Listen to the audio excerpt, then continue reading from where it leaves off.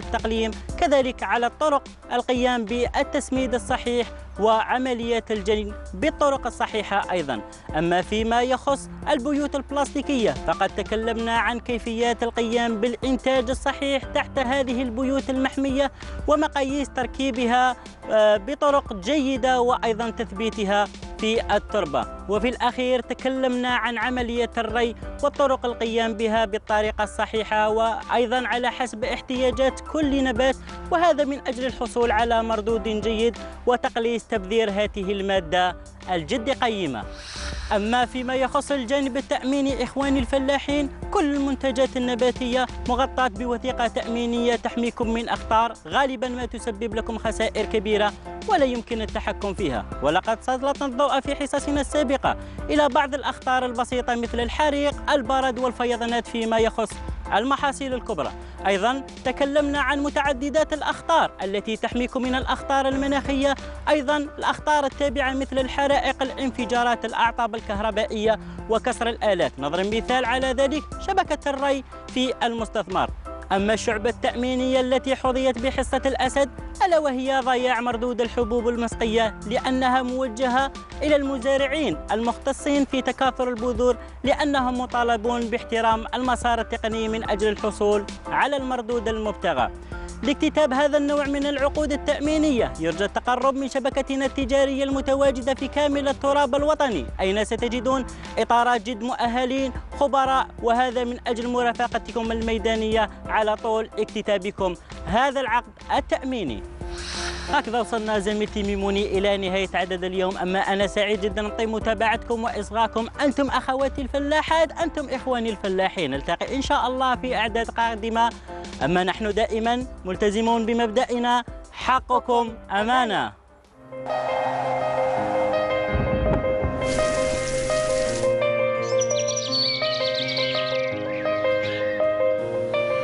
النشرة الفلاحية برعاية الصندوق الوطني للتعاون الفلاحي، حقكم أمانة.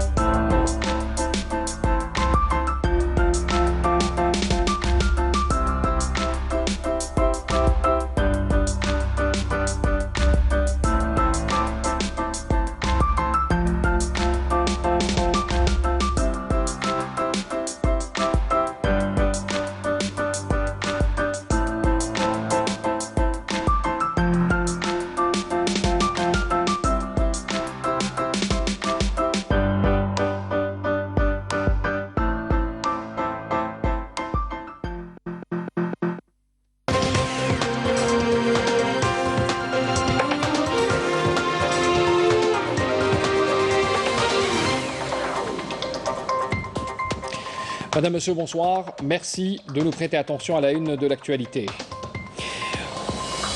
Sous le patronage du président de la République, Abdelmadjid Tebboune, les travaux des Assises nationales sur l'économie de la connaissance ont débuté ce lundi à Alger, sous la présidence du Premier ministre Abdelaziz Jarrad, en présence des membres du gouvernement et des conseillers du président de la République.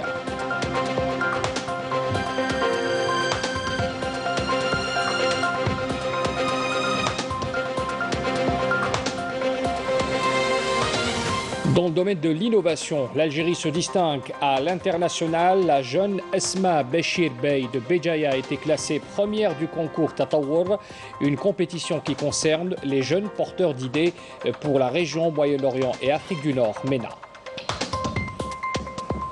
Le ministre des Affaires étrangères Sabri Bourgadoum en visite de travail à Madrid à l'invitation de son homologue espagnol. Cette visite s'inscrit dans le cadre des consultations traditionnelles et régulières entre les deux pays, signataires depuis 2002 du traité d'amitié et de bon voisinage et de coopération.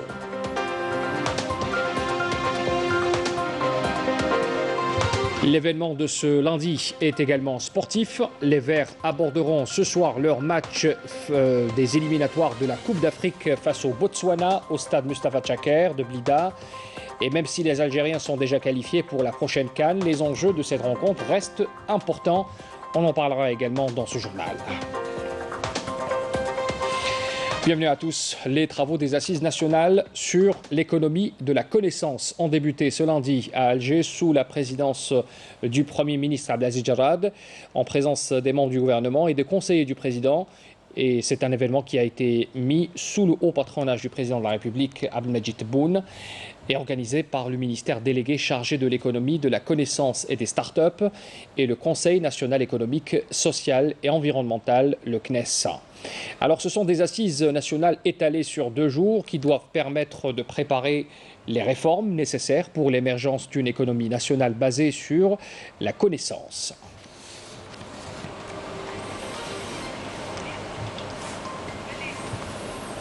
Dans son allocution à l'ouverture des travaux des Assises nationales sur l'économie de la connaissance, élu en son nom par le Premier ministre Abdelaziz Jarrad, le président Abdelmadjid Tebboune a évoqué la vision adoptée par l'État pour atteindre l'économie de la connaissance. Je vous invite à écouter un extrait du message du président de la République.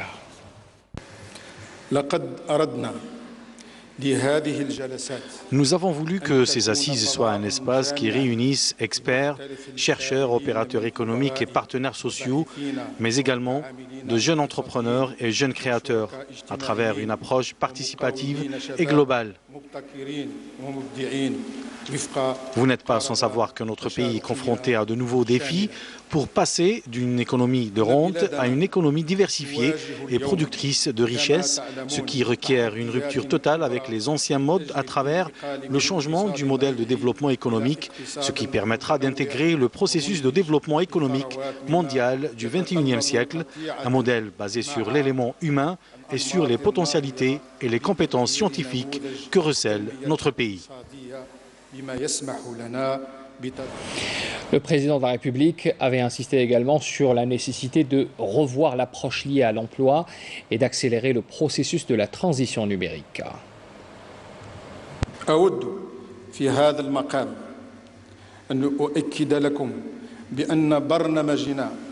Je souhaiterais réaffirmer que notre programme qu'on s'attelle à mettre en œuvre est le résultat d'une étude approfondie et d'un diagnostic minutieux et précis de la réalité sur la base d'une vision prospective et une large concertation avec les opérateurs économiques et les partenaires sociaux qui affirment la nécessité pour l'Algérie d'adopter des modèles économiques développés basés sur la connaissance et l'innovation.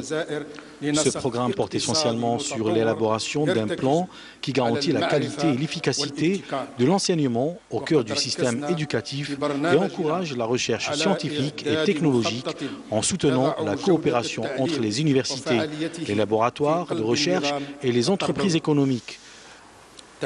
Comme nous avons insisté sur la nécessité de revoir l'approche liée à l'emploi à travers le soutien de l'entrepreneuriat et l'encouragement de l'esprit d'initiative chez les jeunes, mais aussi accélérer le processus de la numérisation pour consacrer la bonne gouvernance et moraliser la vie publique à tous les niveaux. Il n'est nul doute que la mise en œuvre de ce programme, selon un cheminement logique, dénote de la détermination de l'État à passer à l'économie de la connaissance.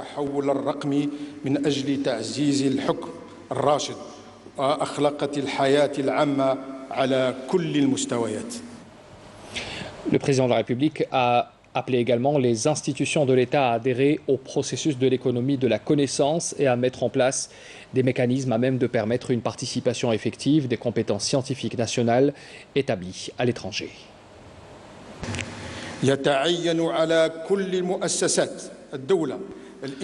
Dorénavant, toutes les institutions de l'État sont tenues d'adhérer aux efforts de transition vers l'économie de la connaissance et de développer les mécanismes d'évaluation et de suivi des acquis dans ce domaine. Nous ambitionnons également de mettre en place des mécanismes permettant une participation effective des compétences nationales établies à l'étranger et qui souhaiteraient prendre part à l'édification de l'Algérie nouvelle. Nous sommes convaincus que notre pays regorge de potentialités à même de lui permettre de se frayer une place dans le domaine de l'économie de la connaissance. À ce titre, nous sommes appelés à conjuguer nos efforts pour que l'Algérie occupe une place de choix au niveau régional et international.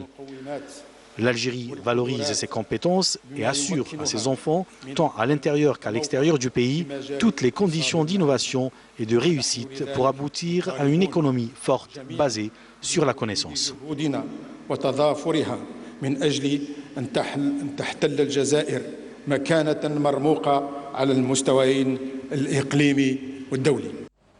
Voilà pour les principaux points abordés lors du message adressé par le président de la République qui a été lu en son nom par le Premier ministre à cet événement important. Alors sachez également que le Premier ministre Abdelaziz Jarad a effectué une visite à une exposition qui a été organisée en marge de ces assises. Ces assises qui se tiennent, il faut le rappeler, au Centre international des conférences où il s'est entretenu également avec les exposants qui sont présents sur place. Alors pour revenir sur le contenu de ces assises, alors ce sont des assises qui ont pour but de rassembler bien sûr toutes les parties prenantes autour de l'économie de la connaissance en vue de préparer d'importantes réformes juridiques et réglementaires. Le but étant de permettre l'émergence d'une économie basée sur la connaissance. Ils sont plus de 1300 participants à prendre part à cette réunion. Parmi eux, 200 experts nationaux et internationaux qui viennent apporter leur savoir-faire également et débattre de cette question importante. Nestlé Ben Saïdi s'est intéressé à l'enjeu de ce genre de rencontre. Voici son compte rendu.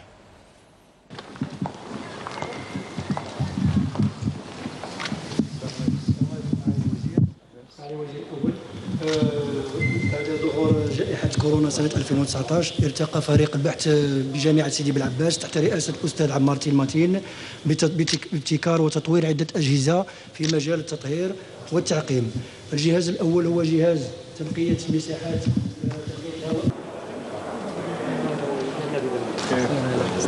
السكان الحالي مخترع جهاز اقتصاد الطاقة في الإنارة العمومية. هو جهاز يعمل على تقليص الفاتورة تاع الإنارة العمومية وجعل هذا إنارة ذكية. وشنو المميزات تاع الجهاز نتاعنا؟ أنه يتلائم مع جميع أنواع المصابيح، يعني هذه ميزة فريدة تجعله أنه ممكن نركبه في أي مكان.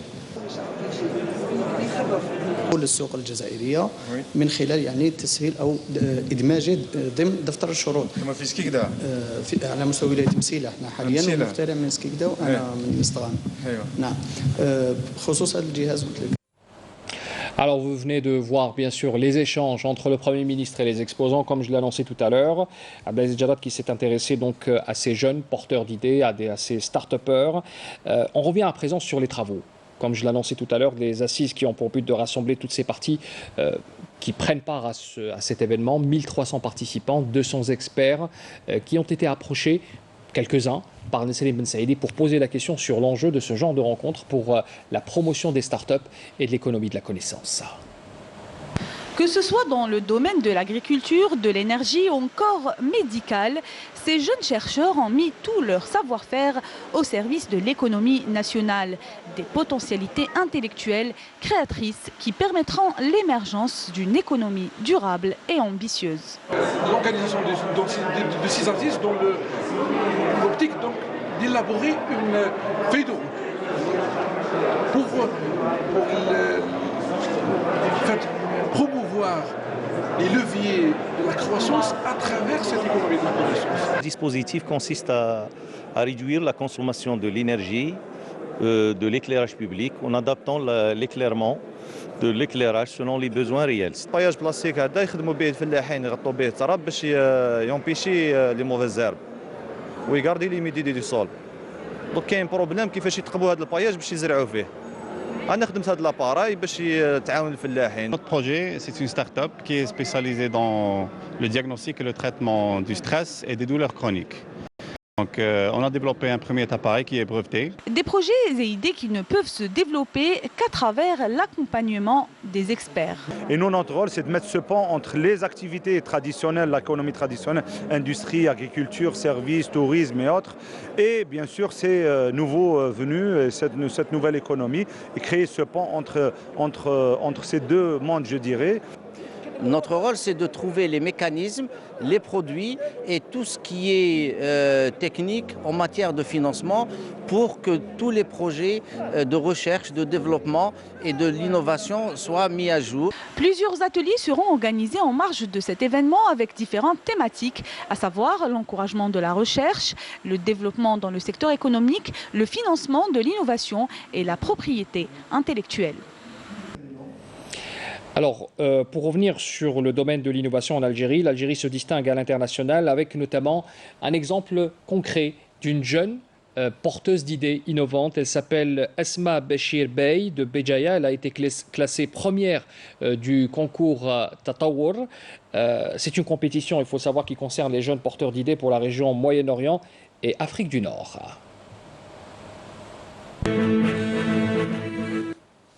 And first place, I'm delighted to say, is Asma Bashir Bey from Algeria. And obviously her idea was the supply of the portable ventilator, which was affordable, available for everyone.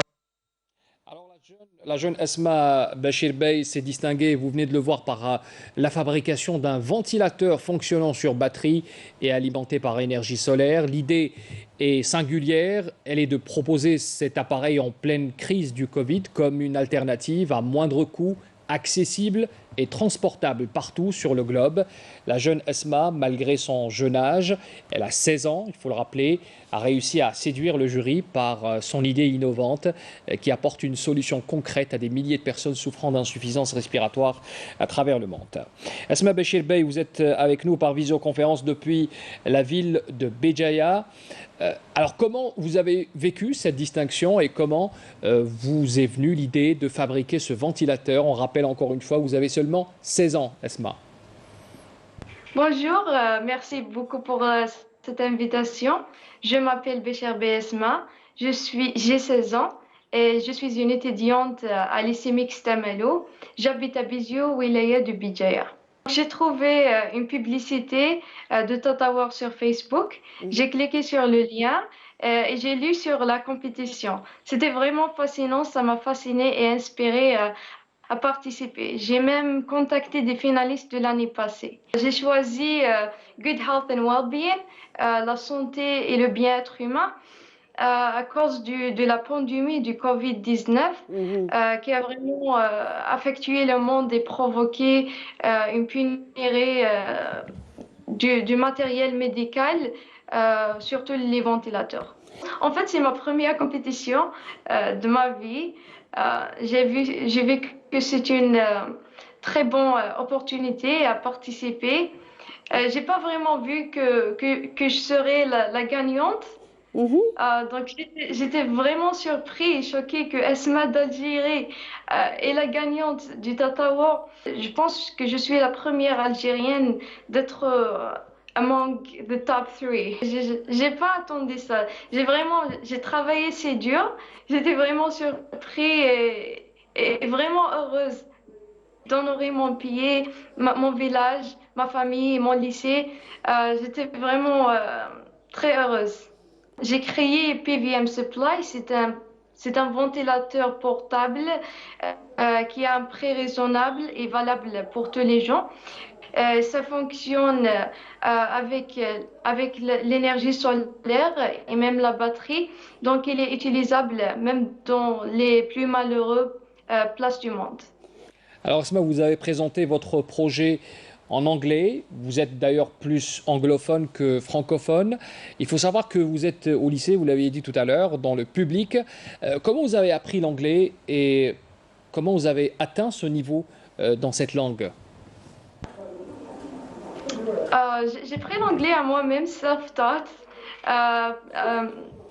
Avec le YouTube, j'ai regardé beaucoup de vidéos sur YouTube, beaucoup de documentaires, de films avec ma famille. Ça m'a vraiment aidé à parler en anglais. C'est aussi de la pratique. J'utilise vraiment l'anglais très bien, jour par jour, surtout avec DEM, c'est un groupe international où on aide les gens à parler en anglais, tout ça. On fait des meet-ups, des réunions chaque jour à 7 heures. On fait des jeux, on parle de différents sujets. C'est vraiment fascinant. J'aime vraiment lire et écrire. C'est mon premier poème que j'ai écrit l'année passée. Ça s'appelle Face Your Fears. Donc je vais le lire. Face your fears. Fear no more, just like Shakespeare said once. When I was so small, I was afraid of darkness. Fears were always the cause of my tears. My dad told me twice, don't be afraid of darkness unless you want to be free, dear. Well, that makes me free, dear. Well, that makes sense. You are fearless. This is what I like to hear. Ignore this voice. You are the source of weakness. And listen with your ears. You can face your fears. Ça parle en fait, de défier notre limite et d'être face à face aux choses qui nous rendent peur. Alors dépasser la peur et aller de l'obscurité vers la lumière, vous l'avez fait. Encore une fois, bravo Esma Bachir Bey. Premier prix du concours Tatawur pour la région MENA.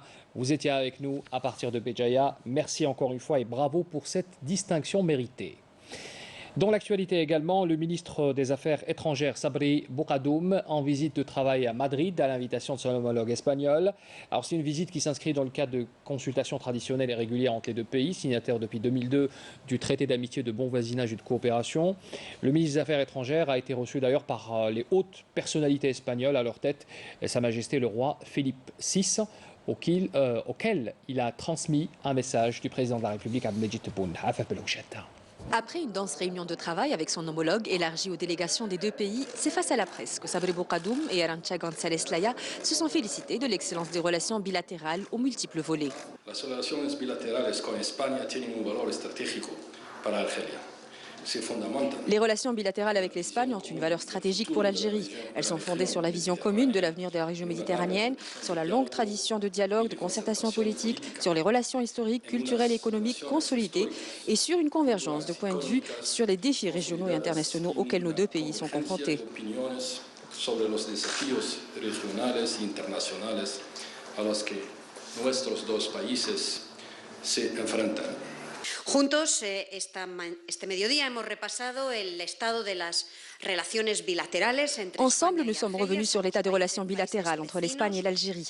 Nous sommes deux pays voisins, amis et partenaires stratégiques, tant dans le domaine économique que politique. Le dialogue politique est intense. Nous nous sommes soutenus mutuellement dans les moments difficiles et malgré la pandémie qui nous a affectés et impactés tous les deux, nous avons maintenu la cadence de nos contacts. En témoigne la visite du président du gouvernement à Alger l'année dernière. L'Espagne valorise le rôle de l'Algérie comme pôle de stabilité régionale. Incluida la visita del presidente del gobierno a Argelia el año pasado. España también valora el papel de Argelia como polo de estabilidad regional. Autre dossier d'actualité régionale, les derniers développements sur le terrain effectif et diplomatique du conflit au Sahara occidental. On the Western Sahara, the position of Spain has not changed in its fair solution. Concernant le Sahara occidental, la position de l'Espagne n'a pas changé. Il faut une solution juste, stable et négociée sous les auspices des Nations Unies, ce pourquoi l'Espagne plaide. On espère voir bientôt l'envoyé spécial du secrétaire général des Nations Unies pour conduire les négociations nécessaires pour une solution politique.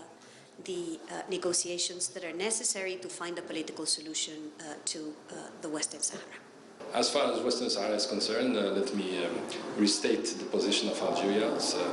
A question of decolonization it has to be solved. La position de l'Algérie est que les questions de décolonisation doivent être résolues conformément à la doctrine onusienne et africaine qui est l'autodétermination. Il n'y a pas d'autre solution que de donner aux Sahraouis le choix de décider de leur avenir. For the people of Western Sahara to choose the future they want. Nothing to add at this point. Thank you. Au volet multilatéral, les deux ministres ont affirmé leur attachement au processus Euromède et sa dynamisation. We are very activistic because we do think that it needs political energy.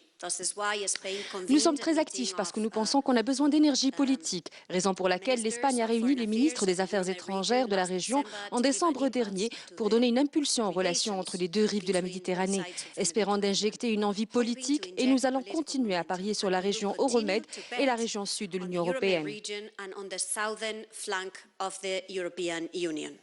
As far as Algeria is concerned, we are Mediterranean, so and strongly Mediterranean, and we look forward to intensifying all efforts to make this Mediterranean. En ce qui concerne l'Algérie, on est profondément méditerranéen et nous cherchons les moyens d'intensifier les efforts pour rendre ce bassin Méditerranée, notre mer à tous, un espace de paix. Je voudrais prendre cette opportunité pour remercier l'Espagne et précisément Arantxa pour le travail qu'a fait l'Espagne pour convaincre ses partenaires européens de l'importance de la rive sud de la Méditerranée. To convince other European partners of the importance of the southern flank of the southern berm of the Mediterranean. Au volet économique, la partie espagnole a réaffirmé son intérêt au développement de projets communs. La partie algérienne, elle, a mis l'accent sur la levée des entraves à l'investissement étranger. Enfin, les deux chefs de la diplomatie ont abordé la question de migration clandestine et les mécaniques de coopération dans sa lutte.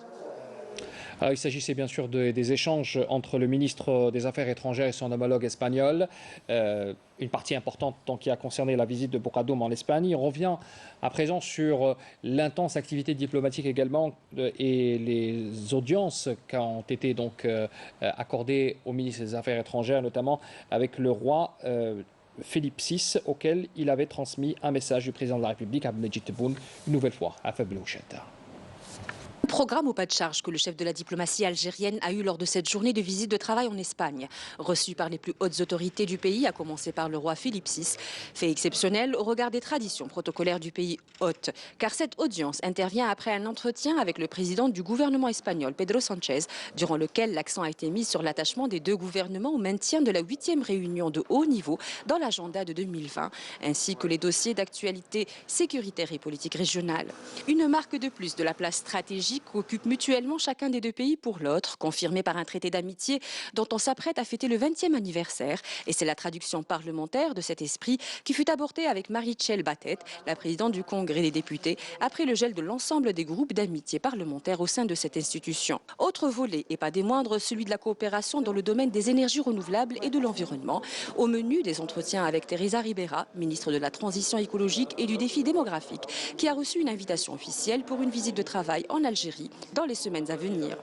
En marge de cet agenda de travail, le chef de la diplomatie a eu un échange interactif avec des experts invités par la Casa Arabe, une occasion pour Sabri Bocadoum de rappeler le rôle stabilisateur que joue notre pays dans la région, à travers le soutien à la solution politique aux problèmes libyens, les accords d'Alger concernant le Mali, le soutien aux deux causes palestiniennes et sahraouies, la stabilisation du Sahel et la résolution juste du conflit palestinien avec Al-Quds comme capitale sont les clés à la majorité des problèmes dont souffre la région, aux conséquences souvent subies par les pays européens tels que le terrorisme et les problèmes migratoires, a affirmé Sabri Bocadoum. Dans l'actualité également, le secrétaire général du ministère sahraoui de la sécurité et de la documentation, Sidi Oukel, a affirmé que la guerre au Sahara occidental se poursuivait et que les pertes infligées à l'armée marocaine sont importantes après 137 jours d'opérations militaires, mettant en garde le régime du Marsène que le pire reste à venir. Mohamed Sidi Oukel avait indiqué que l'armée sahraoui poursuivait au quotidien le bombardement des positions de l'armée d'occupation marocaine depuis la reprise de la lutte armée le 13 novembre dernier. On aborde la page sportive avec la rencontre ce soir de l'équipe nationale face au Botswana. Les Verts retrouvent le stade mythique, le stade Tchaker de Blida. Alors, pour en parler d'abord et pour rester dans le cœur de l'actualité, on retrouve en direct par téléphone Hakim Keshroud. Vous êtes avec nous par téléphone depuis le stade Tchaker. Vous êtes sur place. Alors vous avez le 11 rentrant, si je crois bien savoir. Vous avez déjà l'information sur les 11 joueurs qui seront affichés ce soir face au Botswana. Hakim, bonsoir. Bonsoir Zoël Mendy-Malade, bonsoir à toutes et à tous. Et oui, effectivement, le 11 rentrant vient à peine de nous être remis, puisqu'il y a eu quelques petits soucis dans les formalités avec l'équipe adverse, l'équipe de Botswana qui est arrivée, mais qui a donné son effectif un peu en retard. On a pu avoir quand même donc le 11 rentrant des Verts. Alors on va retrouver dans les buts Oukidja, en défense Zefen, Mandi, Belamri et Ben Sebaini. Dans le milieu de terrain, on retrouvera bien sûr Zerrouki, Farouli et Ben Nasser. Et puis devant, sur l'offensive, on aura donc Ben Rahma, Slimani et Riyad Mahrez. Donc Djamed Belmadi espère ce soir aligner une équipe qui va tenter de gagner une rencontre et d'engranger les 3 points afin de maintenir cette dynamique de la gagne ici au stade Mustapha Tchaker et pour maintenir la tête du classement du groupe. L'Algérie est déjà qualifiée, on le sait depuis très longtemps. Le Botswana est éliminé, mais les Verts et Djamed Belmadi veut inculquer cette grinta de la gagne au vu des éliminatoires de la Coupe du Monde qui débuteront le mois de juin prochain. Et Djamed Belmadi espère ce soir encore garder cette dynamique de gagne pour rester sur le toit de l'Afrique. Ils sont champions d'Afrique. Il veut garder et maintenir cette grinta de la gagne. Merci Abdelhakim Kishtoud, vous étiez avec nous en direct par téléphone depuis le stade Mostafa Tchaker. On rappellera que le match sera diffusé en direct sur la chaîne nationale terrestre. Bien sûr, un match qui vous sera retransmis à partir de 20h précisément. Alors les Verts aborderont ce soir le match, leur dernier match des éliminatoires de la Coupe d'Afrique face au Botswana. C'est bien sûr à Blida, au stade Mostafa Tchaker. Même si les Algériens sont déjà qualifiés pour la prochaine CAN, les enjeux de cette rencontre restent néanmoins importants. Ils ambitionnent de consolider leur place de leadership du groupe H, mais aussi poursuivre leur série d'invincibilité. Pour rappel, les protégés de Djemal Belmadi se sont imposés sur un score d'1-0 lors du match aller Salah Del Melda. Pour cette ultime journée, l'entraîneur national va devoir compter sur les services des cadres de l'équipe qui n'ont pas effectué le déplacement en Zambie. Une occasion pour Djemal Belmadi de faire tourner son effectif et gagner en cohésion.